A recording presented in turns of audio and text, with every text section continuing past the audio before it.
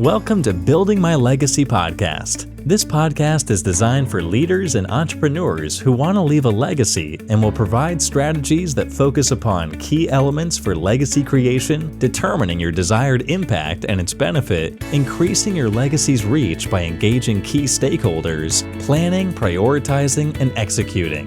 Here's your host, Dr. Lois Sonstegard. Welcome, everybody, to today's Building My Legacy podcast. I have with me today Sam Tanios. He has a company called Human Elements. And my goodness, today we need human elements in our workplaces, don't we? So he has put together the pieces, some of the pieces that you really need to engage people to have a workplace that works efficiently. And I'm going to have Sam tell us about his company. But first of all, Sam, what got you here and why Human Elements? What drove you to that as a business?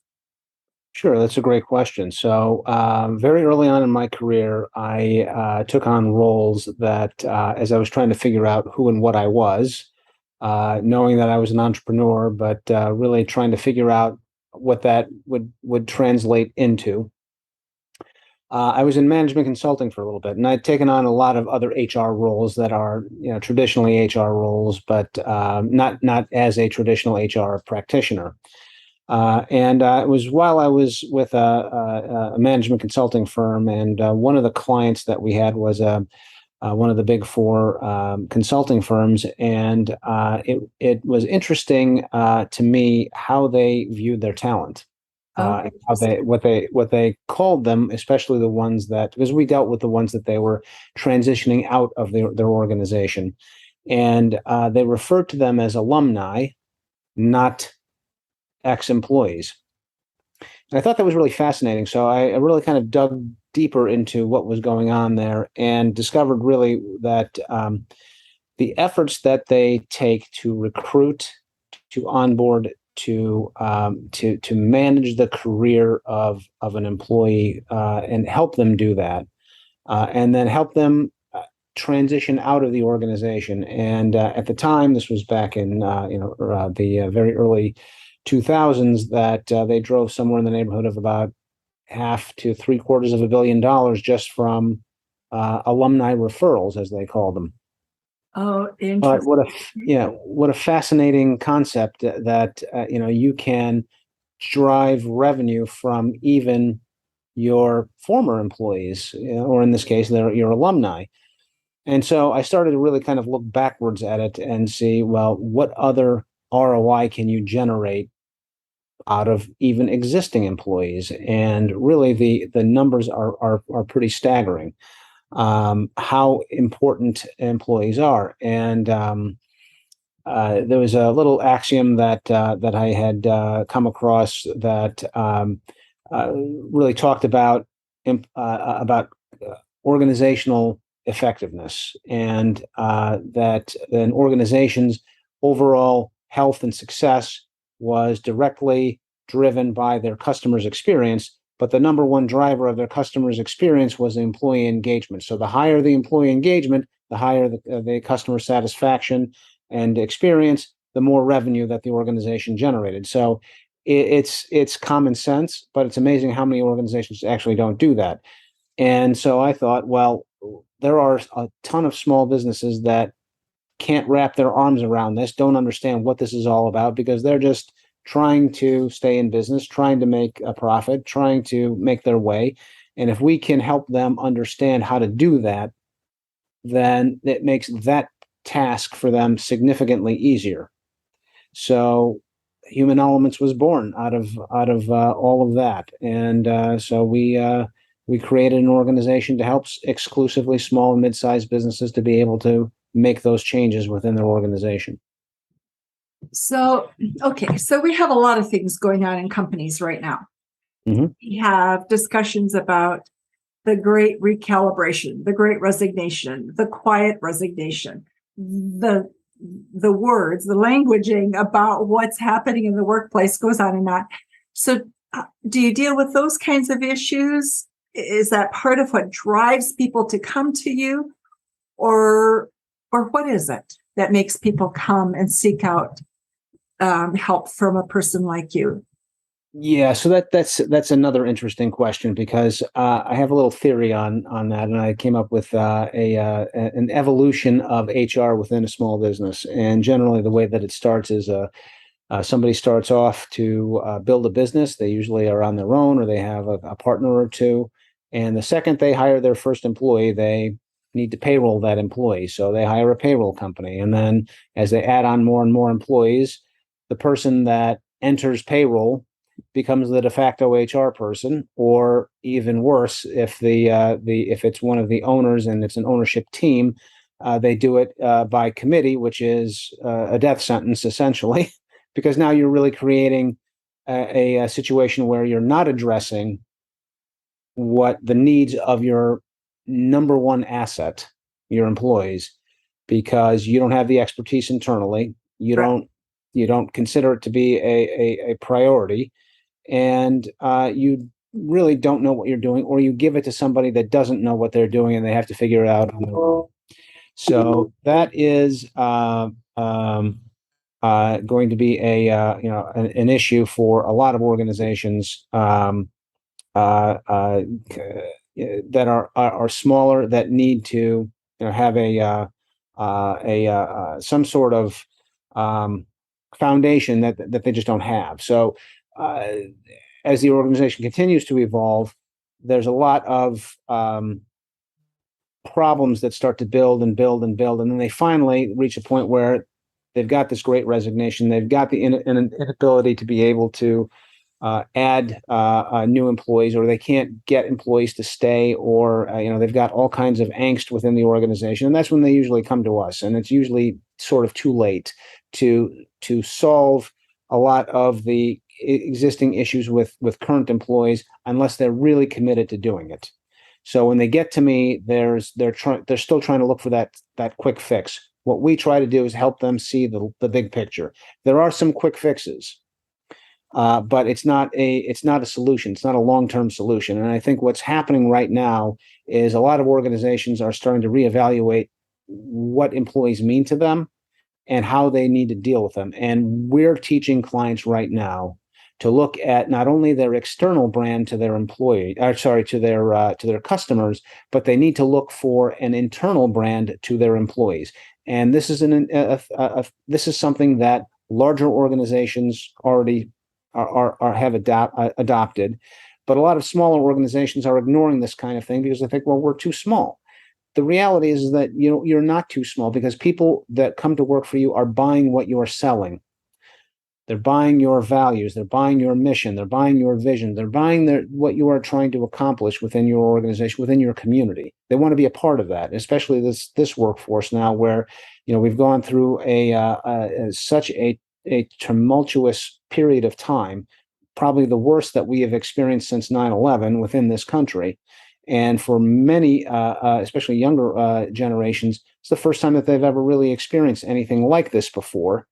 And it's really traumatic for them. So employers, you've got people in your offices, in your establishments for 8 to 12 hours a day.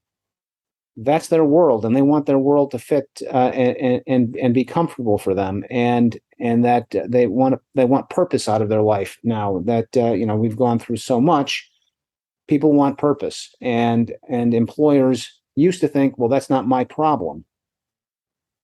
Traditionally, it wasn't. Now, you need to be able to think about it in that way. And I get a lot of pushback between traditionalists and Gen Zs, and traditionalists were, just show up and work.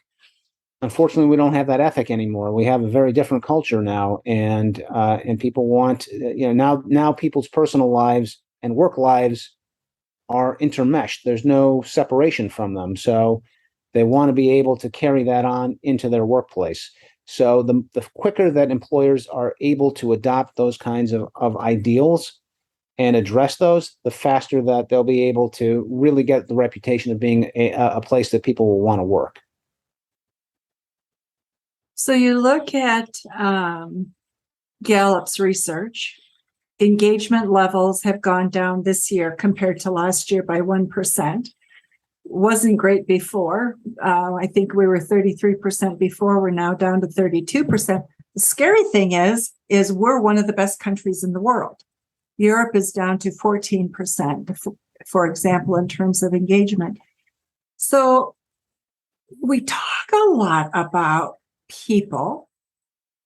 And I mean, we've never had so many programs for D&I, right? For inclusion kinds of activities. We've never spent so much time training and defining what is PC in the culture. And yet we have had a dramatic problem with stress. Gallup, research, stress has gone way up. Depression is up. The amount of percentage of time that a person feels sad during a day has gone way up. So there's a lot of forces that are negatively impacting. So how are you reaching in? And for a small and mid-sized company, those are overwhelming issues. You don't have the personnel, you don't have the bandwidth to deal with that. So how do you come in and help them broaden their vision, get their peripheral vision open to looking and seeing and doing something about that? Because I think you're onto something very, very important for our future. Absolutely. So I think one of the things that, for our organization, what sets us apart typically is how we engage with the client. And you can't really fly before you crawl. So True. You have to be able to build the foundation initially. So there is a level of administrative and operational excellence that you have to achieve within your organization before you can take that next step. And it's not just a matter of, okay, we're going to have a team meeting and this is what we're going to address. It will not be absorbed by the employees in the way that you intend it. You intend for it to. You have to take steps to be able to. It's more or less show me, don't tell me with the employees. If I can be so bold, you have to show that you are taking the measures that you need to take, that you want to take, that employees can see that, okay, now we are a serious organization. So administratively, if you don't have your I's dotted and T's crossed, you're just spitting into the wind. No one's really listening because no one's really taking you very seriously. Got it. So when you start to get to that administrative level, and I'm talking about really taking the time to build out policies and procedures of how you go about finding employees, hiring employees, onboarding employees, developing them, training them, giving them a path. Operationally, having the ability to be able to. Now, we are in a digital age. I don't think anybody's going to argue that. So you have to think of digital transformation. What does that mean? That means that when the time that your employees as candidates engage you, they're engaging you in a digital world and following that path all the way through into your organization. It also gives your employees the ability to be able to self-service the things that they want to self-service. And yet you still need to have that human connection to somebody within the organization for questions and so forth to develop that. So again, it's a combination of the two that gives you that foundation. Then once you have that foundation, once you've reached administrative and operational excellence, then we start talking about tactical and strategic initiatives to grow the organization, to build culture. And that's really where you're going to now we talk about culture a lot, and what I didn't say in the beginning stages of that administrative and operational excellence is understanding who and what you are as an organization, what your core values are, what your vision is, what your mission is. When you know those things, you can build that into the process. You can build that into the technology. You can build that into your employee manuals and into your recruiting process, into your onboarding process, into your training process. That builds all the foundation. So you're intermingling with your digital transformation, your human transformation. So once that is happening and you've built that foundation, now the strategic and tactical pieces can be now layered on top of how we are going to move forward, how we are going to be part of our community. And I do a lot of talking about, especially to small business owners, about being part of a community, not only the community where you exist, but a community of other small businesses. And understanding that you're part of a community, that you are bigger than what you are. And employees like to embrace that. People just like to embrace the idea that I'm part of something that's bigger than me. It's bigger than the four walls that I'm in. And that's really a part of it. We have now evolved past the point of being separate in organizations and gotten to the point where we now need to be together. We want to be together. We've gone through a 2.5-year period of being separated, and now we want to be together. People, want to be able to work in a way that's comfortable for them, but still come together. Some people like working remotely. Some people want to be in an office. Some people want some combination, and I think that's where we're going to wind up being. But again, it's the foundational elements of that all stem from what you as a business owner establish as core values and a vision and a mission. And it's got to be something that you absolutely 100% believe and that you live by on a daily basis, because that is what's going to set the foundation. That's what's going to set the tone. That's what's going to set everybody in motion. And those are always the things that we work with when we work with our clients. Those are the things that we always do, is want to understand what those core values are and what the vision and mission is, because we're building that into your administrative and operational excellence. And we really take that very, very seriously. Okay, so I want to bring this down to an operational level. Let's say I'm a small business. I have 8 employees. I'm working 14 hours a day, 6 days a week. I am doing everything. You're bobbing your head, changing hats every hour, taking on a new job, right? So your head is overwhelmed already, stressed. You're taking in and doing an incredible, unbelievable amount of work. So then somebody like you or me comes onto the scene and says, yep, and now you've got employees we need to take care of. And as an employer, your initial response is, well, I take care of them. Right? They're getting paid. I give them sick leave. I do this, I do that. They're being taken care of. And you go, well, yes, maybe, and maybe not. So how do you take this kind of person that's very busy, very overwhelmed, stressed, probably lonely, has family issues because of the pressures of business? Probably, I think most, small businesses do.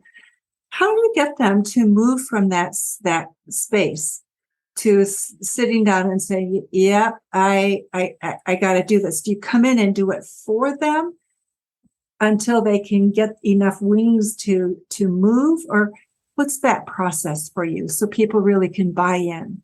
Sure. So the process for us is, our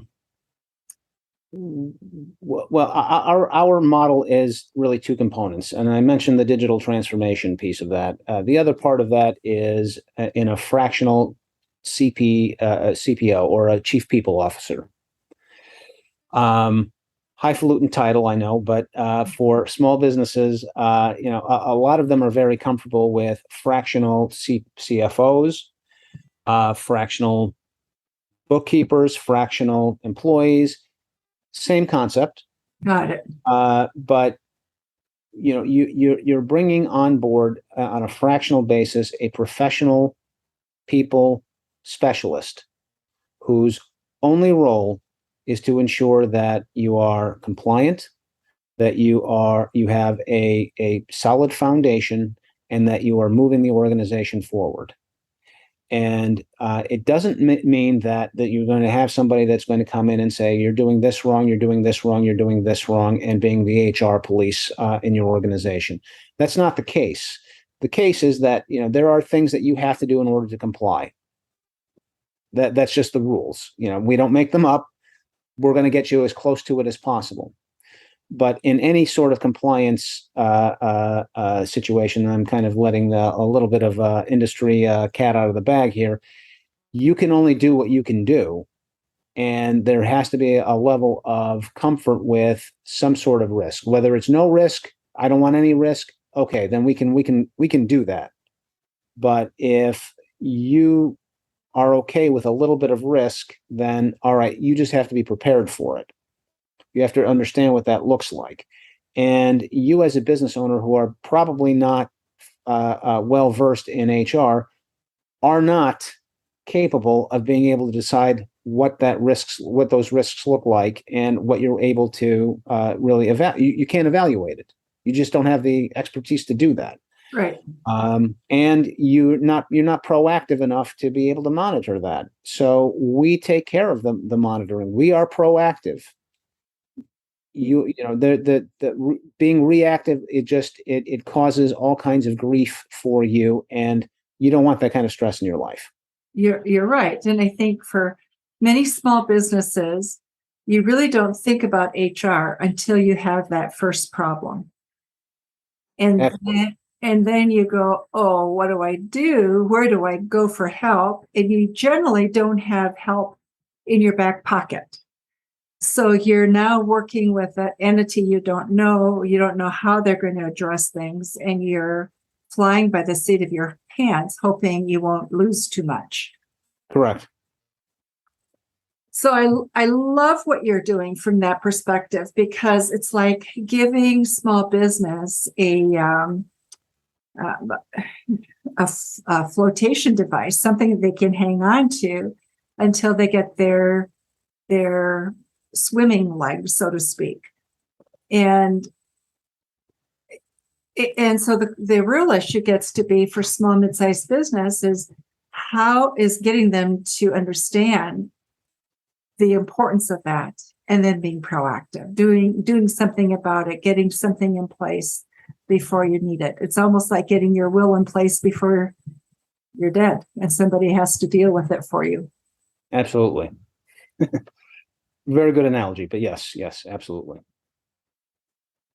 So, okay. So if a company is looking for help with HR, what are 5 things a company should absolutely have in their consultant?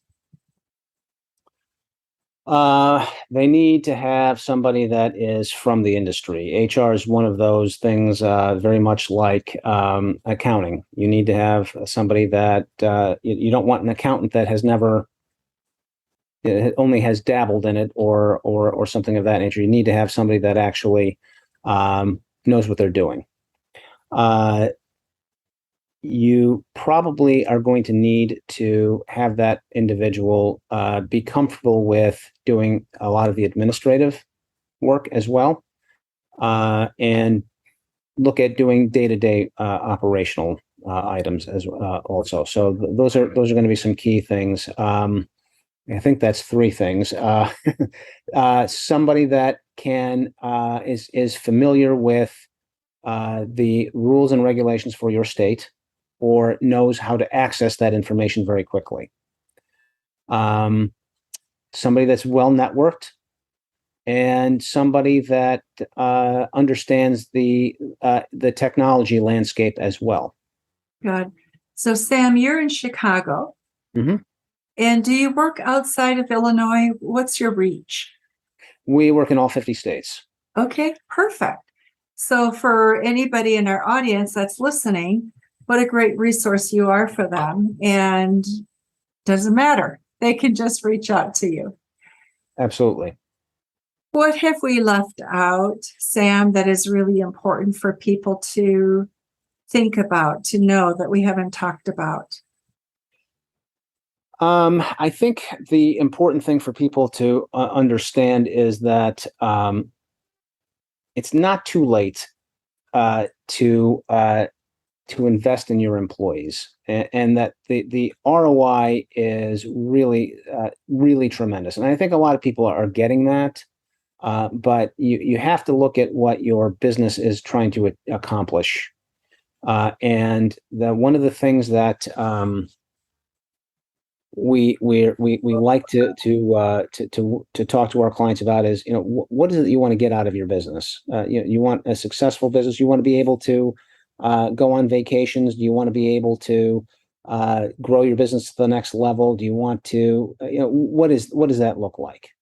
And you can accomplish any and all of those things, but you can't do it alone. You have to have somebody to be able to support you. You have to have people that are able to support you. The only way to do that is to have a reliable team with you that understands what the goal is, that can make decisions without you having to have to be there. And that's what you want. And that's something that a lot of business owners have to kind of let go of. You don't have to make all the decisions. You can get people that trust you, trust your vision, trust your mission, that can make those decisions based on your core values, and that will get you where you want to be and get you there very, very quickly.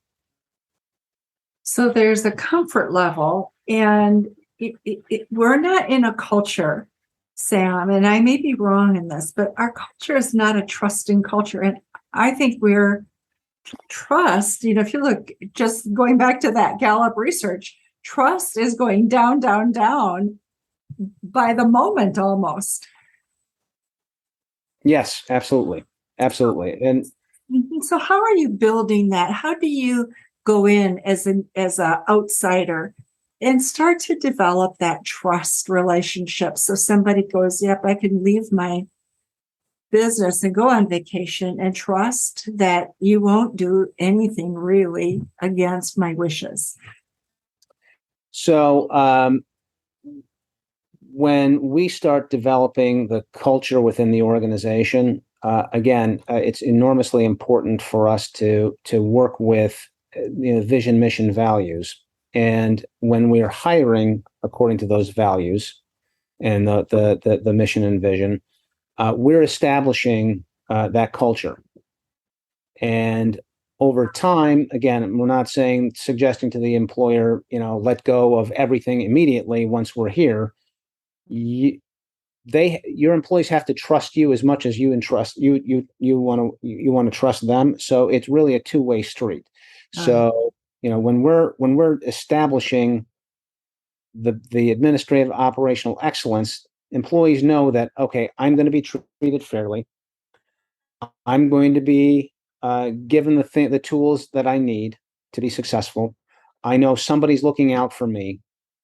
And I know that if I have a question, if I have a problem, if I have an issue, someone's going to advocate for me. Once they know that, then you start to build that trust level with those employees, and it continues to build and build and build until your employees start to get to that level where you don't have to make decisions for them anymore. And you'll start to see it when I think one of the telltale signs is an employee will have an issue, and under normal circumstances, they might come to you and say, hey, how do you want me to handle this?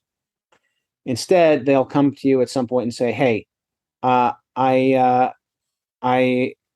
have this issue. This is how I'm planning on handling it. What do you think? Just to get your feedback. And if they have laid it out for you in a way that you would say, that's perfect, now you've built that culture of people who are going to be able to do the things that you need them to do without you having to have to tell them how to do it. And that's really the telltale sign. Unfortunately, there's no flipping the switch on anything, and it's off or on. You have to build it. And it doesn't take a lot of time to do that.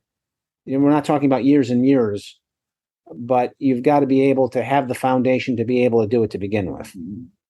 Well, and I'm thinking that with you coming in as an outsider, having these principles deeply ingrained in you, it does speed up the process because you create a consistency that if you're doing it yourself and you're learning the concepts and then you're trying to implement them, there's times you probably do it well, there's times you don't do it well. And so that consistency may take a while to really embed in the leaders.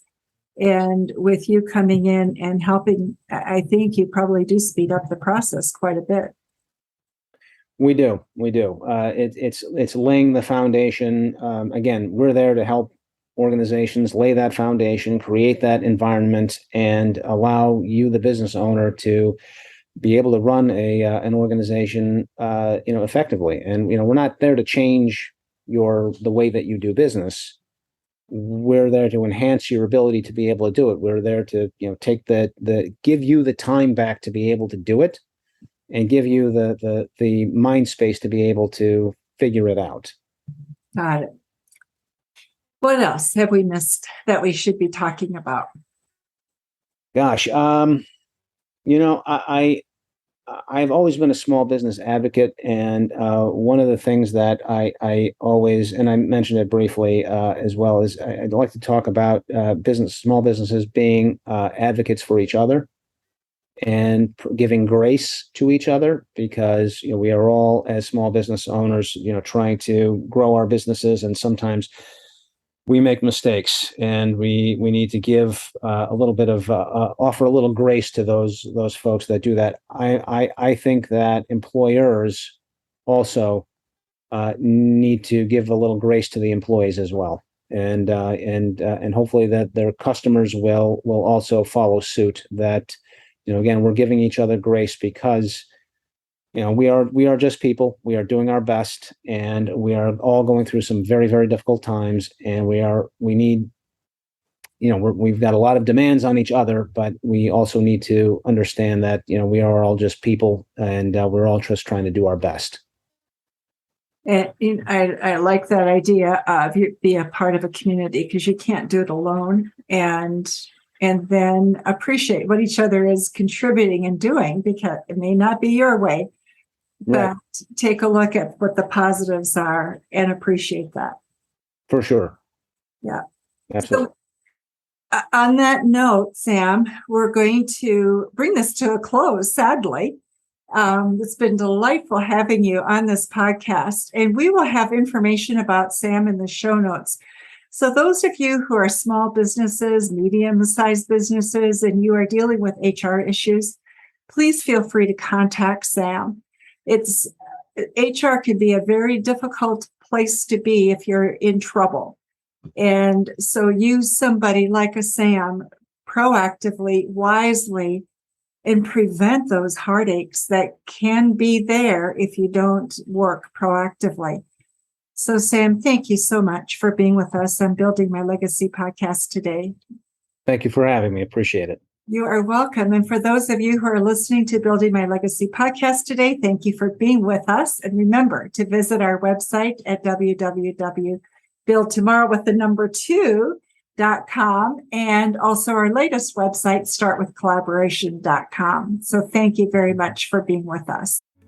You've been listening to Building My Legacy podcast with Dr. Lois Sonstegard. To book your appointment with Dr. Sonstegard, visit www.buildtomorrow.com.